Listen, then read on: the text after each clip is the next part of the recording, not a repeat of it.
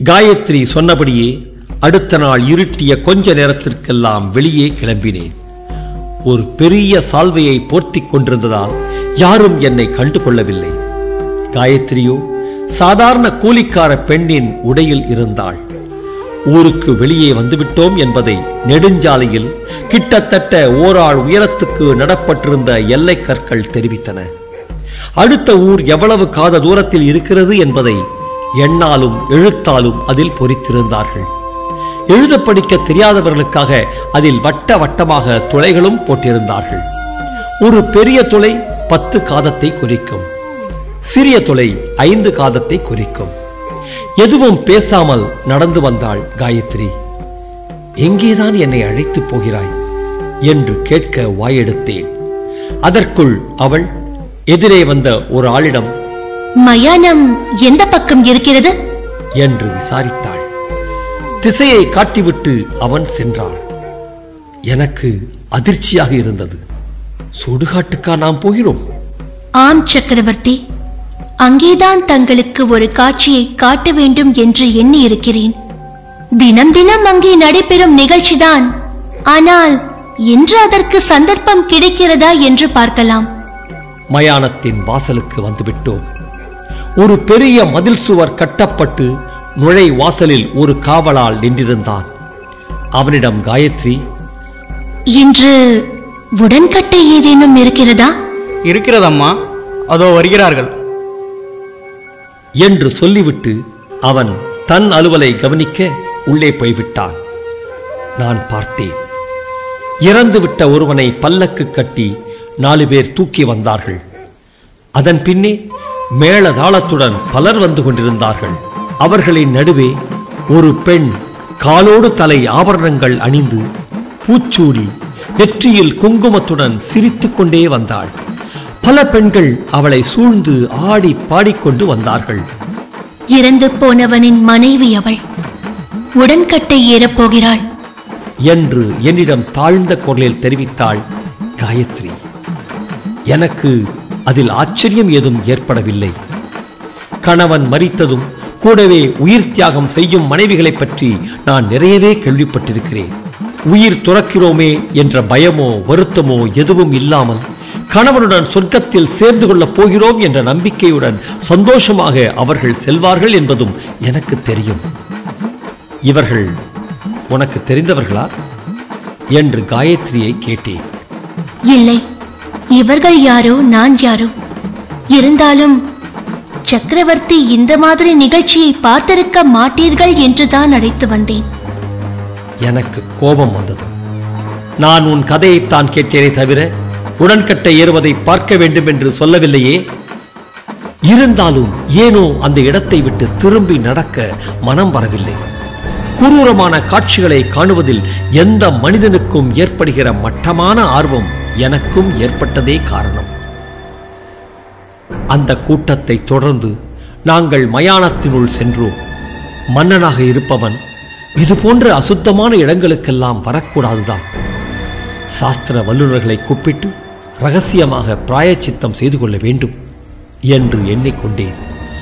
உடன்கட்டை ஏறுவது என்றால் சிதை அடுக்கப்பட்டிருக்குமே என்று பார்த்தேன். எதையும் காணோம். என் திகைப்பை ஊகித்த காயத்ரி, உடன்கட்டையில் பல வகை உண்டு, இது ஒரு வகை. தீவட்டிகள் ஏராளமாக எரிந்து கொண்டிருந்ததால் நடப்பதை பார்க்க முடிந்தது.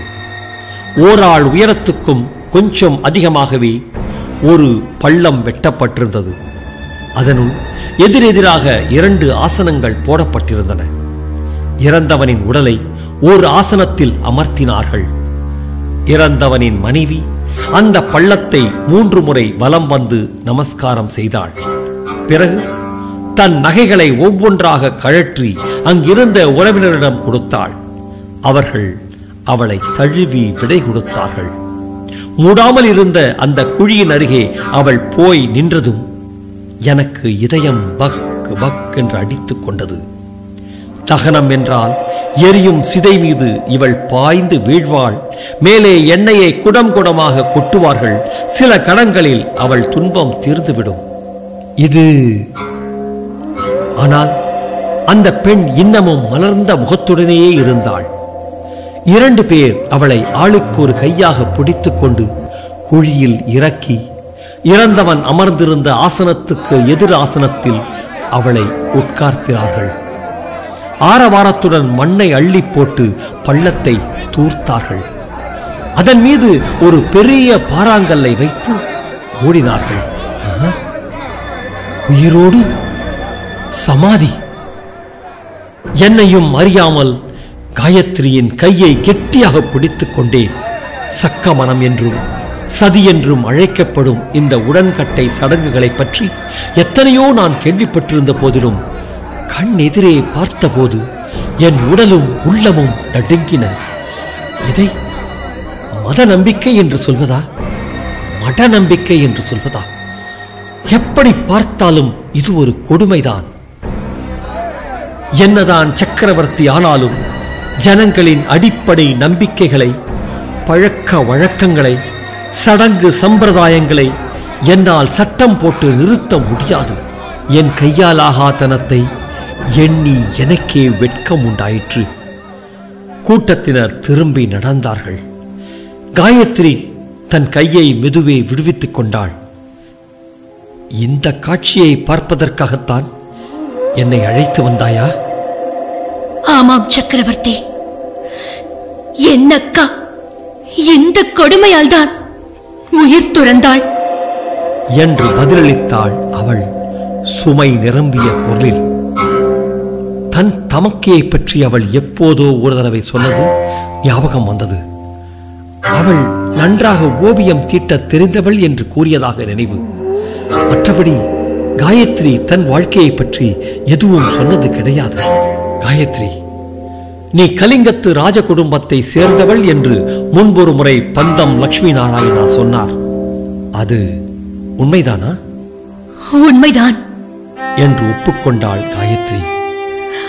அதனாலேயே என் அக்காவுக்கு இந்த கொடுமை நடந்தது. உனக்கும் எனக்கும் இது கொடுமை என்று தோன்றலாம். ஆனால் உயிர் தியாகம் செய்கிற பெண் அப்படி நினைக்கவில்லையே. சொர்க்கத்தில் கணவனுடன் சேரப் போகிறோம் என்று சந்தோஷமாக அல்லவா உடன்கட்டை ஏறுகிறாள்? இருக்கலாம். கல்யாணமான பெண்ணாக இருந்து கணவனுடன் உடன்கட்டை ஏறியிருந்தா என் அக்காவும் சந்தோஷப்பட்டிருப்பாளோ என்னவோ. பின்னே அவளுக்கு கல்யாணமே ஆகவில்லை, கணவனே கிடையாது.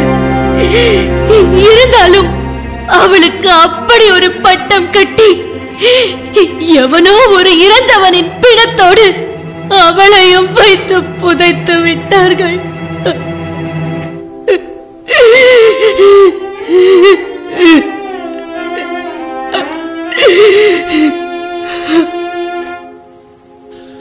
திடுக்கிட்டேன் அந்த செய்தியை கேட்டு. காயத்ரி அழுகிறாள் போலிருக்கிறது என்று நினைத்து அவள் முகத்தை பார்த்தேன். இல்லை, சீற்றம்தான் ஜொலித்தது. சக்கரவர்த்தி, நிஜமாகவே திருமணமாகி நிஜமாகவே கணவன் இறந்து அவனுடன் தகனம் செய்யப்பட்டிருந்தாலோ புதைக்கப்பட்டிருந்தாலோ என் அக்கா சந்தோஷமாக இருந்திருப்பாள். கொடுமை அதுவல்ல, கொடுமை அதுவல்ல. சம்பந்தமே இல்லாத ஒருவனுடன் மனைவியாக இணைக்கப்பட்டு கொல்லப்பட்டாள். அதுதான் கொடுமை. அது மட்டுமல்ல, அவள் சிரித்துக் கொண்டு உடன்கட்டை ஏறாமல் கதறி ஆட்சேபிக்கிறாளே என்று ஜனங்கள் அவள் மீது கல்லெடுத்து அடித்தார்கள். அதுதான் இன்னும் பெரிய கொடுமை, பெரிய கொடுமை.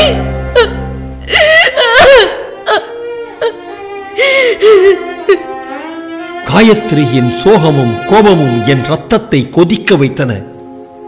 யார் காயத்ரி? யார் அப்படிப்பட்ட கொடுமையை உன் தமக்கைக்கு செய்தவன்?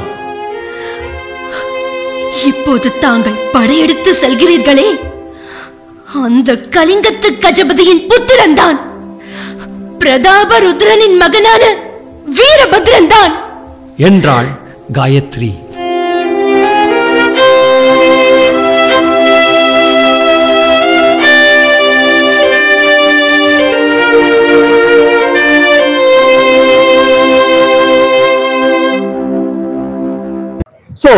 இந்த சேனல் உங்களுக்கு பிடிச்சிருக்குன்னா லைக் பண்ணுங்க, கமெண்ட் பண்ணுங்க, ஷேர் பண்ணுங்க, சப்ஸ்கிரைப் பண்ணுங்க. அப்படியே பக்கத்தில் இருக்கிற இந்த பெல் ஐக்கானையும் கிளிக் பண்ணுங்க. ஓகே, ஒலி புத்தகங்கள் மட்டுமில்ல, சிறந்த கதைகள் வீடியோ பிலிமாகவும் நிறைய நாடகங்கள் தியேட்டர் பிளேயாகவும் இந்த சேனல்ல வரப்போகுது. இந்த சேனல்ல நீங்க பார்க்கிற யூடியூப் சேனல்ல நீங்க பார்க்கிற பகுதிகள் உங்களுக்கு பிடிச்சிருந்தா என்ன தொடர்பு கொண்டு என் கூட பேசலாம். என்னுடைய மொபைல் நம்பர் 9841153973. இதுக்கு மேல இவ்வளவு ப்ரோக்ராம் நாங்க செய்யறோம் இல்லையா, இதுக்கு ஏராளமான பொருள் தேவைப்படுது, பொருட்செலவு இருக்கும். ஆனால் நீங்க இதுக்கு ஏதாவது கான்ட்ரிபியூட் பண்ண விரும்பினீங்கன்னா என்னுடைய ஜிபே நம்பர் 9841153973. எனக்கு என்னுடைய வாட்ஸ்அப் நம்பர்ல ஒரு சின்ன இன்டிமேஷன் கொடுத்துட்டு நீங்க உங்களுடைய நீங்க கொடுக்கிற ஃபண்டை எனக்கு அனுப்பலாம். தேங்க்யூ.